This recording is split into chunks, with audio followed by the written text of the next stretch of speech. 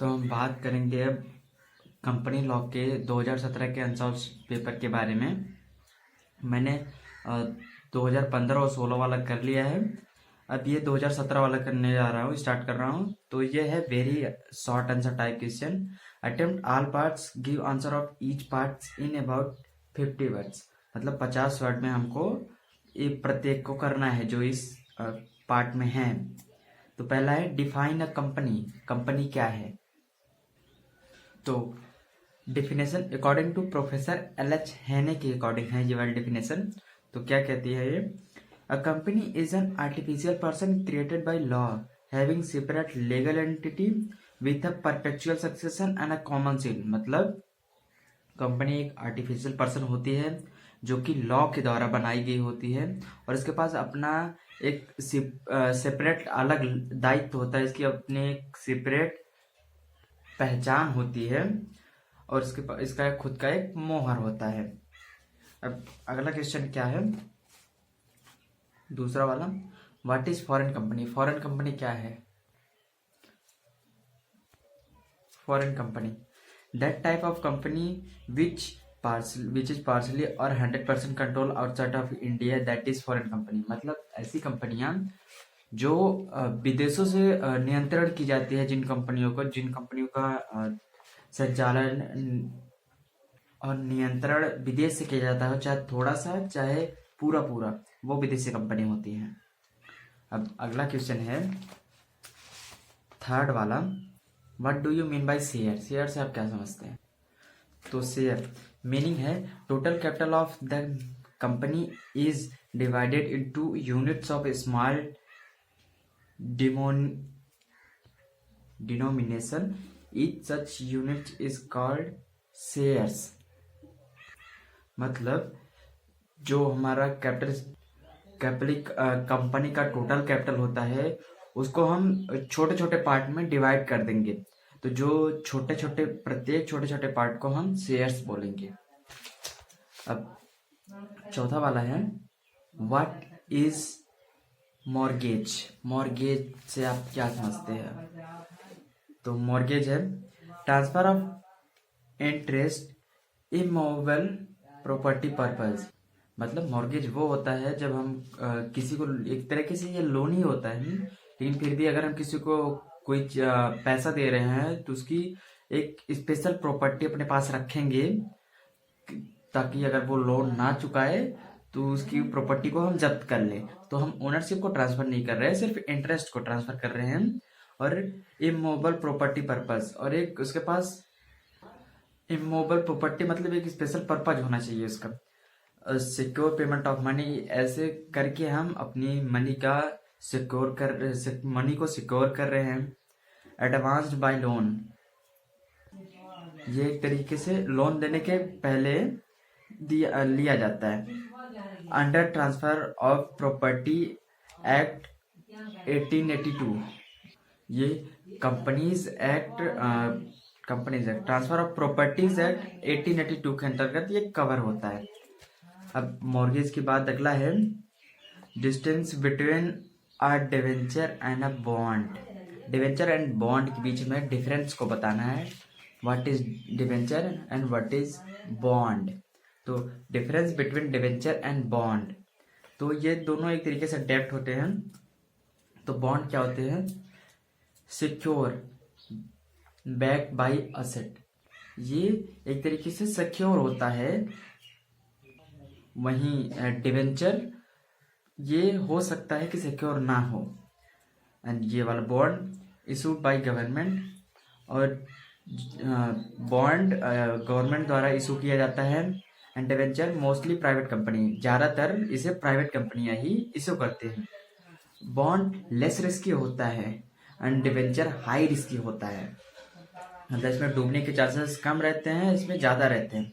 और bond first priority, अगर जब कंपनी वाइंडिंग अप में जाएगी, यहाँ पे लिखा है लिक्विडिटी, जब कंपनी वाइंडिंग अप में जाएगी तो फर्स्ट प्रायोरिटी बॉन्ड को मिलेगी। और इसके बाद जब ये वाइंडिंग अप में कंपनी जाएगी तो इसको बाद में प्रायोरिटी मिलेगी। तो ये 2 नंबर के लिए काफ़ी है था। तो अब अगला क्वेश्चन है पांचवा वाला, पांचवा हो गया, ये छठा। Right any 4 qualification of a company director. Company director की 4 क्वालिफिकेशन हमको लिखने हैं, 4 क्वालिफिकेशन। तो देखते हैं क्या है 4 क्वालिफिकेशन, यहाँ पे लिख रखा है qualification of a company director. तो पहला है a director must be a natural person, एक नेचुरल पर्सन होना चाहिए as we know. Second, a director must have legal capacity and attend the age of majority at least 18 year. मतलब डायरेक्टर के पास लीगल कैपेसिटी होनी चाहिए और वो कम से कम 18 साल से, जो मेजोरिटी वाला रूल है उसको फॉलो करता हो, 18 साल से कम वो ज़्यादा हो उसकी age. And third is a director must be sound mind, mentally and physically fit. एक डायरेक्टर को साउंड माइंड होना चाहिए एंड मेंटली उसको प्रिपेयर एंड फिजिकली भी उसको फिट होना चाहिए। मतलब हमने इससे पहले डिस्क्वालिफिकेशन में पढ़ा था कि अनसाउंड माइंड नहीं होना चाहिए कि, और मेंटल एबिलिटी उसकी ठीक होनी चाहिए, वो सब ये हो गया। और फोर्थ वाला है a director must not be subject to disqualification. मतलब डायरेक्टर जो डिस्क्वालिफिकेशन के सब्जेक्ट हैं, ये सभी मैंने बताया कि अनसाउंड माइंड और मेंटली एंड फिजिकली फिट ना होना, ये सब उसको एक भी सब्जेक्ट को फॉलो ना करता हो। ये हो गए 4। अब अगला है क्वेश्चन 7वां। What do you understand by quorum. Quorum से आप क्या समझते हैं? तो कोरम क्या है? A certain number of member for organising meeting. मतलब एक सर्टेन नंबर चाहिए होता है किसी भी कंपनी को स्टार्ट करने के लिए, उसे हम कोरम बोलते हैं। नेक्स्ट क्वेश्चन है what is winding up of a company. Winding up of company क्या है? Winding up of a company, winding up means putting an end to the life of a company. Winding up means ऐसी company जिसका अब life समाप्ति की ओर है, जिसके अब जीवन समाप्ति की ओर है। इसका लीगल प्रोसीजर क्या होता है अगर ये समाप्त हो रही है तब? First of all sell all asset of company. Company की जितने एसेट है उसको सबको बेच दो। देन पे of all liability of a company. तो उसके जो दायित्व तो बाकी हैं उसको जितना हो सके उतना पे कर दे। ये कंपनी की जब वाइंडिंग अप में चली जाए तो ये इसका प्रोसीजर होता है लीगल। अगला क्वेश्चन है define share transfer. Share transfer, transfer of share means voluntary transfer of shares by a member of a company in favour of another person for some consideration और एज गिफ्ट। जब कोई member अपना share transfer करना चाहता है किसी भी दूसरे व्यक्ति के फेवर में, तो वो उसको कर सकता है, चाहे किसी भी कंसिडरेशन, किसी भी रूप में या किसी गिफ्ट के रूप में कर सकता है। मेंबर के बाद जो शेयर होते हैं, तो वो हो गया। अब अगला है लास्ट वाला, what is voting right in company meeting. Voting right क्या है कंपनी मीटिंग में? ये देख, वोटिंग राइट्स सेक्शन 47 के अंडर है ये। तो इक्विटी शेयर होल्डर के राइट क्या होते हैं, प्रेफरेंस शेयर होल्डर के राइट क्या होते हैं, दोनों देख लेंगे। पहले इक्विटी शेयर होल्डर के, each and every resolution is required to be voted by the equity share holder. मतलब जितने रेगुलेशन में जितना भी रेजुलेशन पास हो रहा है, चाहे कोई सा भी, उसमें इसको वोट करने का, सब में इसको वोट करने का अधिकार है इक्विटी शेयर होल्डर को। वहीं पे प्रेफरेंस शेयर होल्डर को he has no right to vote every resolution but only where his interest exists। मतलब इसको प्रत्येक रेजुलेशन में वोट करने का अधिकार नहीं होता है, लेकिन वहां कर सकता है जहां इसका इंटरेस्ट एग्जिस्ट करता हो। अगला क्वेश्चन ये हो गया, ये हो गया वेरी शॉर्ट आंसर टाइप खत्म। अब हम करेंगे short answer type. Attempt all question, give answer of each question in about 200 words. 200 word में हमें देने हैं। तो दूसरा वाला है discuss the provision of company act regarding promotion and registration of company. तो अब हमें ये रजिस्ट्रेशन एंड इसका प्रोविजन बताने हैं। ये जो अथवा में है, what are various clause of memorandum of association, मैंने ये 2015 में करवा रखा है, इसलिए मैं ये पहला वाला कर रहा हूँ। तो ये करते हैं। So promotion and incorporation of company. The process of formation of company is very long, but this process is divide in 3 steps.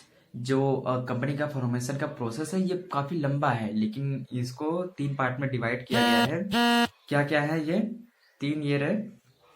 Formation of company, पहले क्या होगा, प्रमोशन ऑफ कंपनी, उसके बाद इनकॉर्पोरेशन या रजिस्ट्रेशन ऑफ अ कंपनी, उसके बाद commencement of business. ऐसे होता है किसी भी कंपनी का फॉर्मेशन। तो हमें पढ़ना है प्रमोशन और registration of a company.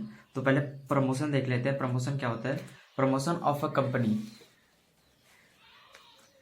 Promotion of a company, promotion is a first step of a company formation. It origin the idea of a company in mind of a person.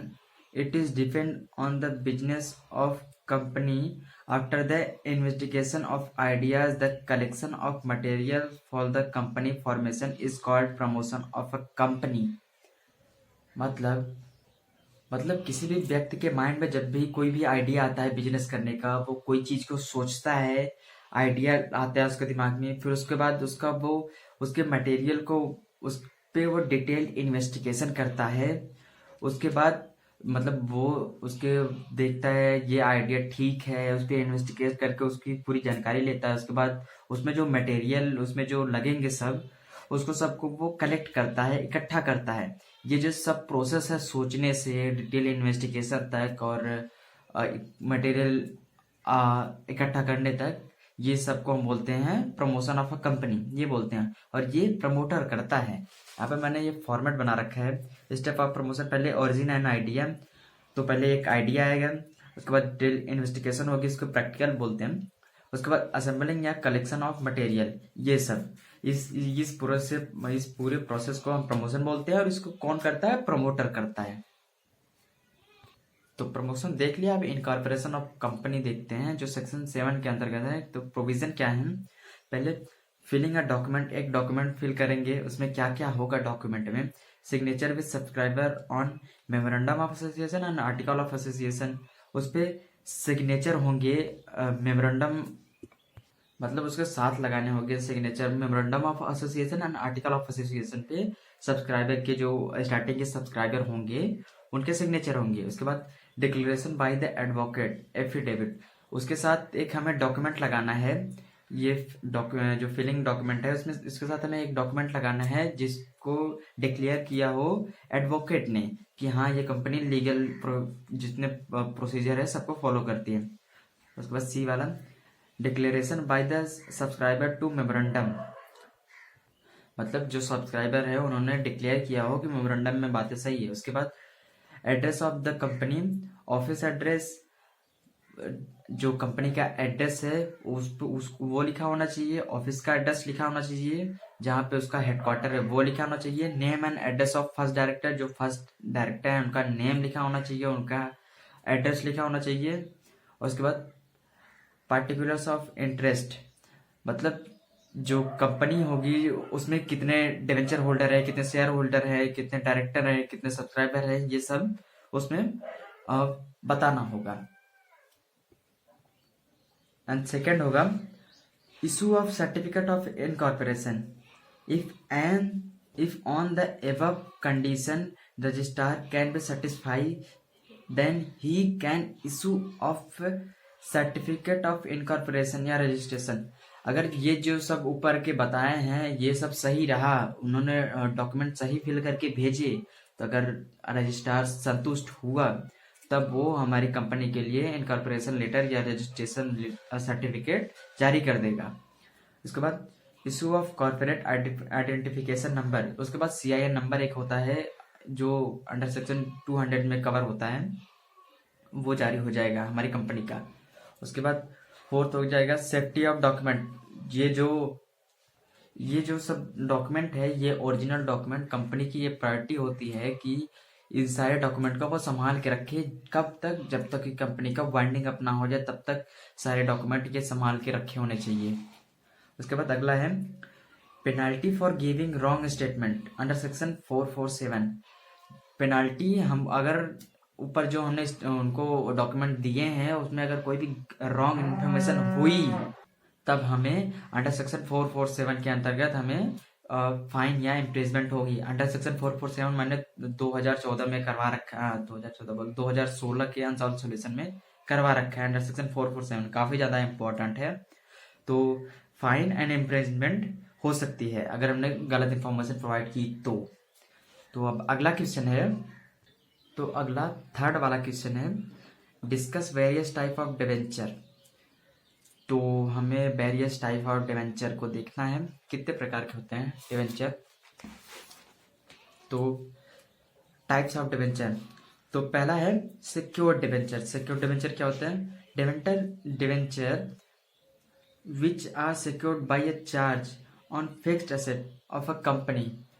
मतलब ये secured होते हैं fixed, अगर इनको जो company ने इनसे पैसे लिए हैं अगर वो कंपनी नहीं चुका पाई तो कंपनी की ये फिक्स्ड असेट को बेच के अपना पैसा रिकवर कर सकते हैं।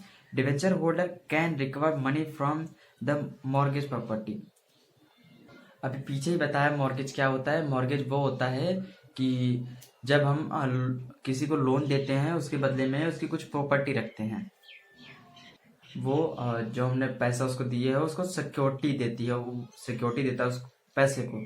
तो वही बता रहा है कि डिवेंचर होल्डर मॉर्गेज प्रॉपर्टी को बेच के भी अपना पैसा रिकवर कर सकता है। अगला है unsecured debenture.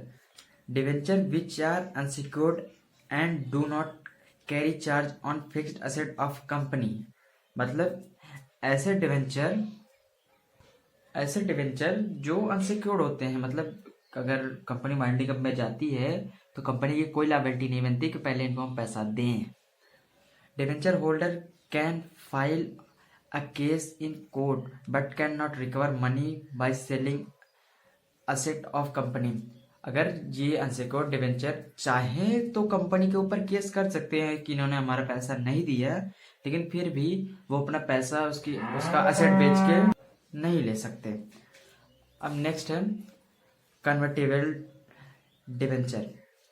Debenture which get converted into equity share on expire of fixed period of time. ऐसे मतलब कुछ डिवेंचर ऐसे होते हैं जिन्होंने एक टाइम फिक्स कर रखा होता है कि आज से 2 साल 4 साल 5 साल 10 साल बाद मैंने जो ये शेयर लिए, ये जो डिवेंचर लिए हैं ये कन्वर्ट हो जाएंगे इक्विटी शेयर में। उसके बाद non convertible debenture which to not get converted into equity share holder, जो कन्वर्ट ना हो इक्विटी शेयर होल्डर में, they always remain creditors of company.